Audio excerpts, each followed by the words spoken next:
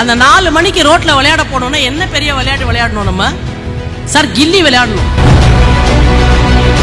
PUBG தெரிஞ்ச பசங்களுக்கு கில்லி தெரியல. மேத்தமேட்டிக்ஸ் சுலபமா கில்லில சொல்லி கொடுத்தாங்க சார். 7 ஸ்டோன்ஸ் முதுகு பஞ்சர்னு யாரா ஆடி இருக்கீங்களா சார் நீங்க? டேய், வாழ்க்கையில ஒன்ன அடுகட்டணும்னா பின்னாடி நிறைய உண்ட உழுந்தாலும் அடுகட்டணும்ன்றத கத்துக்க. டேய், இன்னைக்கு திருடனா இருக்கும் நாளைக்கு போலீஸா இருப்பான், இன்னைக்கு போலீஸா இருக்கும் நாளைக்கு திருடனா இருப்பான். இதாண்டா வாழ்க்கை சார். விளையாட்டுன்றது இறங்கி மைதானத்துல ஆட வேண்டிய விஷயமே தவிர எவனோ ஆடுறத செல்போன்ல பாக்குறதுக்கு பேர் கேம்ஸ் கிடையாது. விளையாட விடுங்க சார், படிப்பெல்லாம் அப்புறம். அறுவை சிகிச்சையில் கத்தை என்பது வரலாறு, ரோபோட்டிக் சர்ஜரி என்பது இன்றைய கூறு. தங்கம் புற்றுநோய் சிகிச்சை மையம் நாமக்கல் மற்றும் கான்பூர். அம்மா உதைப்பாங்கன்னு பயந்துட்டு போய் அன்னைக்கு உதைக்கலன்னா எவ்வளவு மகிழ்ச்சியா இருக்கு. அப்ப என்னைக்கோ வாங்கின ஒரு உதை தானே நமக்கு உதைப்பாங்கன்றதும் உதைக்கலன்னா ஒரு மகிழ்ச்சியை ஏற்படுத்துது. அப்ப 2 உதைய வாங்க நம்ம கத்துக்கணும். அந்த 4 மணிக்கு ரோட்ல விளையாட போனோம்னா என்ன பெரிய விளையாட்டு விளையாடணும் நம்ம சார்? கில்லி விளையாடணும். உங்களை எத்தனை பேர் கில்லினா பசங்களாம் முழிக்கிறாங்க. பப்ஜி தெரிஞ்ச பசங்களுக்கு கில்லி தெரியல. நம்ம இனிமே என்ன பண்ணணும், இந்தியன் கேம்ஸ் சொல்லிட்டு இந்த கில்லி கோலியெல்லாம் விளையாடி காமிச்சு அப்லோட் பண்ணணும்னு நினைக்கிறேன் சார். கில்லியில ஒண்ணு உண்டு சார்.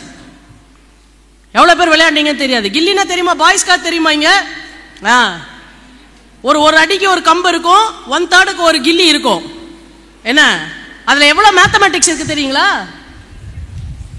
ஆட்டம் முதல்ல வரைஞ்ச உடனே கேட்பான், ஆட்டத்துக்கே தூதாண்டி கோலா ஒவ்வொரு தரமும் சொல்லணுமா தூதாண்டி கோல்னுவான் தெரியுங்களா? அப்புறம் ஆட்டத்துக்கே தூதாண்டி கோலும்போம். அப்புறம் ஆடுவோம். ஆடி முடிச்ச உடனே ஒரு கில்லி அடிச்சு ஒரு இடத்துக்கு அந்த கில்லி போயிடுச்சுன்னா இவ்வளவு கேட்போம். 2 பேங்க்கு 1.5 பேங்க் கேட்போம். 1.5 பேங்க்ன்றது அந்த கம்பால 100. அப்ப கால்குலேஷன் இந்த இடத்துல இருந்து அந்த பாக்ஸுக்கு நம்ம எண்ணி பார்த்தோம்னா 100 தாண்டு இருக்குமான்னு போது நாம அங்க ஒரு இவாலுவேஷன் பண்றோம் மேத்தமேட்டிக்கலா. அந்த கேமை நமக்கு சொல்லி கொடுத்தாங்க. அதுவே அந்த கில்லி எடுத்து 2 தடவை இப்படி அடிச்சிட்டோம்னா கில்லி, 3 தடவை அடிச்சோம்னா இன்ச்சு, 4 தடவை அடிச்சோம்னாக்கா டபுள் கில்லி, 5 தடவை அடிச்சோம்னா 2 இன்ச்சு ஒரு கில்லி. இதுல என்ன மேத்தமேட்டிக்ஸ் தெரியுங்களா? கில்லி அடிச்சிட்டோம்னு வச்சுக்கோங்க, ஒரு பேங்க் கேட்டாக்கா 33 இருந்தா போதும், 100 இருக்க வேண்டாம், 1/3 இருந்தா போதும். அப்ப 1/3 of 100 எவ்வளோன்ற பசங்க மண்டையில ஏத்த வேண்டியதுல. ஒரு பேங்க் கில்லி அடிச்சு ஒரு இன்ச் அடிச்சானா தெரியும், ஒரு கில்லி அடிச்சானா தெரியும் 33 1/3 of 100ன்னு. மேத்தமேட்டிக்ஸ் சுலபமா கில்லில சொல்லி கொடுத்தாங்க சார். சரி, அது போட்டோம். அதுக்கப்புறம் கால்குலேஷன் தப்பாயிடுச்சு, அளந்து வந்து பார்த்தா தப்பாயிடுச்சு. இப்ப விளையாடுனவங்க கிட்ட கேட்பான் எதிர்பார்ட்டி, ஸ்கோர் போச்சா ஆட்டம் போச்சாம்பா. ஸ்கோர் போச்சா ஆட்டம் போச்சான்னா என்ன அர்த்தம்? அந்த ஆடுறவன் சொல்லுவான் அவன் கேப்டன் கிட்ட, அண்ணா ஸ்கோர் போச்சு சொல்லணும், நான் எப்படியாவது அடிச்சு தரேன்னு. அவன் ஆட்டத்து திறமையில நம்பிக்கை இருக்க ஸ்கோர் போச்சுமா முதல்ல இருந்து ஆடுவாங்க. அப்படின்னா என்ன அர்த்தம்? ஏய், ஒரு தடவை என்னுடைய கணக்கு தப்பாகி விட்டால் பரவாயில்லை, மறுமுறை முதலில் இருந்து தொடங்கி கடைசி வரைக்கும் வெற்றிகரமா ஆடுவான்டான்னு சொல்லும் பொழுது ஒரு டிஃபீட்டை எப்படி சந்திக்கணும்ன்றத சாதாரண கேம்ல வச்சு சொல்லி கொடுத்தாங்க.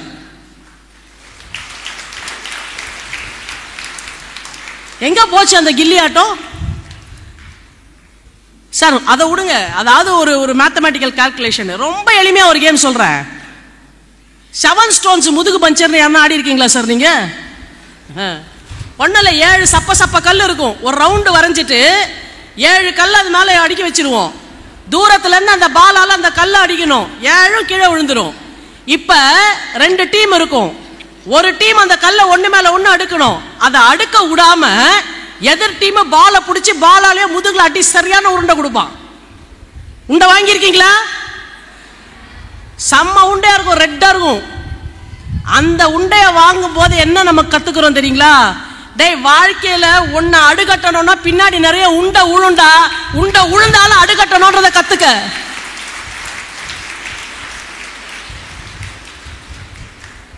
நம்ம விளையாடணும், திருடன் போலீஸ் விளையாடணும். ஏன்?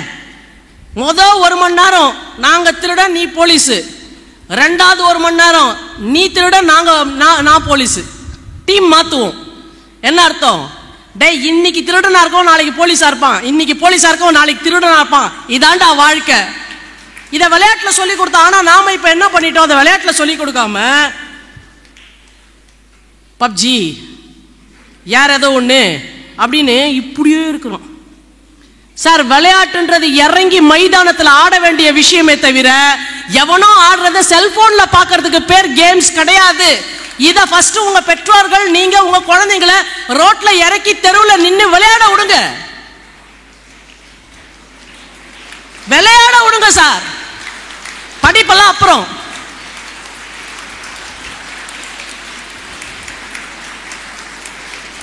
அவன் ஒன்னும் டெண்டுல்கர் ஆக வேண்டாம், அவன் ஒன்னும் தோனி ஆக வேண்டாம், அவன் விராட் கோலி ஆக வேண்டாம்.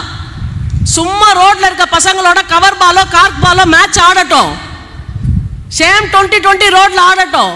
ஆடி தோத்து வேர்வையோட வீட்டுக்குள்ள வந்து அவன் மூஞ்சி கழுவி அவனே அவன் ட்ரெஸ்ஸை மாத்திட்டு உட்கார்ந்துக்கும் போது ஒரு ½ an hour கழிச்சு வேற என்ன செய்யலாம்னு அவனுக்கு தோணும். பிசிக்கலா எக்ஸாஸ்ட் ஆனதுக்கு அப்புறம் மைண்டுக்கு எதனா செய்யலாம் தோணும். அப்ப அவன் எடுத்து வச்சு படிக்கிறான் பாருங்க புஸ்தகத்தை, அதுக்கு பேர் படிப்பு.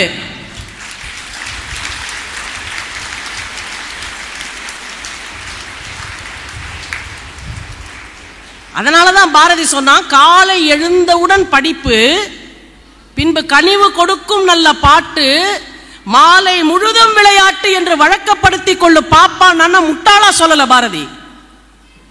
அந்த விளையாட்டுக்கே ஒரு ஸ்கோப் இல்லை அப்படின்னா எப்படி? ரெண்டாவது ஒரு விஷயம், உங்க குழந்தைங்களை விளையாட விடுறதுனால என்ன அட்வான்டேஜ் வரும் தெரியுங்களா? நல்லா விளையாடிட்டு வராங்கல்ல, பசிக்கும் பசிக்கும். அந்த நேரத்தில் நம்ம கொடுக்கறது தான் சாப்பாடு. கத்துவாங்க, முரண்டு பிடிப்பாங்க, இதான் இருக்கு இஷ்டம்னா சாப்பிடலன்னா போனோன்னு எனக்கு வேணாம் இன்னைக்கு இது தானே வீராப்பா போவாங்க. சரி வேணாம்னா ஓகேப்பா, வெளில வைக்கவா உள்ள எடுத்து வச்சிருவோம்டா ஃப்ரிட்ஜில் அப்படின்னு நீங்கனாக்கா பயப்படுவான். வச்சுக்கோ எனக்கு ஒன்றும் கவலை இல்லம்மா. நம்ம பாட்டுக்கு ஒன்றும் கவலைப்படாமல் உள்ளே போய் உட்காந்துணும். வேணான்ட்டல ரைட், நான் பார்க்குறேன் ரைட், எனக்கு டைம் ஆச்சு தூங்க போகிறேன்ட்டு போயிடணும். ஒரு 2 நாள் இப்படி செஞ்சு பாருங்களேன். ஐயோ என் குழந்தை பசியா தூங்கட்டோங்க. இந்தியாவில் எத்தனையோ குழந்தைகள் இரவு பகல் 2 வேளையும் சாப்பாடு இல்லாம தூங்குறாங்க. திமிருக்காக ஒரு நாளைக்கு என் குழந்தை சாப்பிட மாட்டானா, சாப்பிடாதான்னு விடுங்க, ஆட்டோமேட்டிக்கா அடுத்த நாள்ல இருந்து ஐயோ கொலகாரி இவ சாப்பாடு வேண்டான்னாக்கா அப்படியே நிர்தாட்சியமா போவா, ராட்சசி நினைச்சு மரியாதைக்கு வந்து சாப்பிடுவாங்க. ஆனா என்னன்னா நமக்கு பயம். என்ன பயம்? நம்ம குழந்தைங்களை நாம தான் வளர்த்துக்கிட்டு இருக்கிறோம்.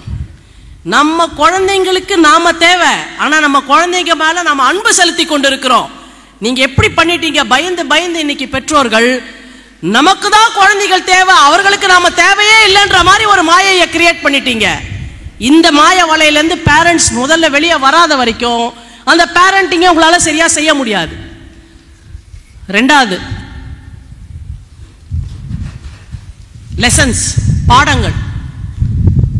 பாடங்கள் நல்லா புரிஞ்சுக்கோங்க. ஒரு ஸ்கூல்ல 45 பேரை வைத்துக் கொண்டு பாடம் சொல்லி கொடுக்கிறார்கள். நம்ம எல்லாம் படிச்ச போது எப்படி? தாத்தா பாட்டி எதனா இருந்தாக்க போய் ஹெல்ப்லைன் கேட்டோம்னா சொல்லி கொடுப்பாங்க. பெரிய அண்ணன் இருப்பான், அவன் சொல்லி கொடுப்பான். இல்லைன்னா பெரியப்பா பொண்ணு சித்தப்பா பொண்ணு யாருன்னா வருவா, அவன் சொல்லி கொடுப்பா. இன்னைக்கு அதெல்லாம் எதுவுமே கிடையாது. அவங்க டோட்டலா டிபெண்டா இருக்கிறது 2 பேர் மேல. ஒன்னு டீச்சர்ஸ், இல்லைன்னா விட்டா பேரண்ட்ஸ். இந்த 2 பேர் மேல தான் டிபெண்டா இருக்காங்க.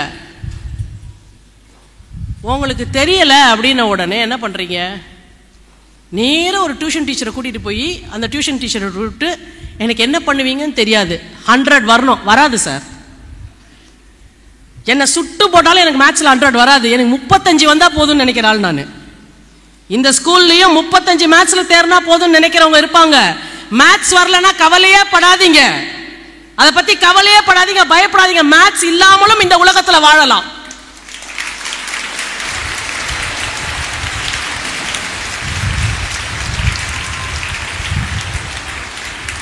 சாவடி அடிக்கிறீங்க போட்டு. மேத்ஸ்ல 100 வரணும், அவ்வளவுதான், வாழ்க்கையே போயிடும், ஒரு மண்ணாங்கட்டியும் போவாது. சார் நேத்துக்கு நியூஸ் வந்திருக்கு, வடநாட்டில் ஒருத்தரை அரெஸ்ட் பண்ணியிருக்கிறாங்க. வருத்தமான விஷயம், ஆனால் அதில் ஒரு சந்தோஷமான விஷயம் இருக்கு.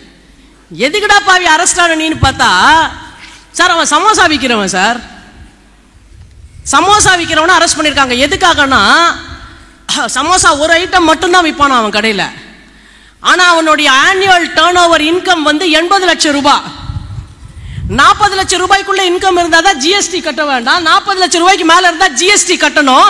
80 லட்சம் ரூபாய் சமோசா வித்திருக்கிறான், நீ ஜிஎஸ்டி கட்டலன்னு அவனை அரெஸ்ட் பண்ணிருக்காங்க. சோ மாணவர்களே, சகோதரிகளே, ஃப்ரெண்ட்ஸ், நல்லா தெரிஞ்சுக்கோங்க, 80 லட்சம் தான் நம்ம டார்கெட்னா சமோசா கூட நம்ம விக்கலாம். அறுவை சிகிச்சையில் கத்தை என்பது வரலாறு, ரோபோட்டிக் சர்ஜரி என்பது இன்றைய கூறு. தங்கம் புற்றுநோய் சிகிச்சை மையம், நாமக்கல் மற்றும் கான்பூர்.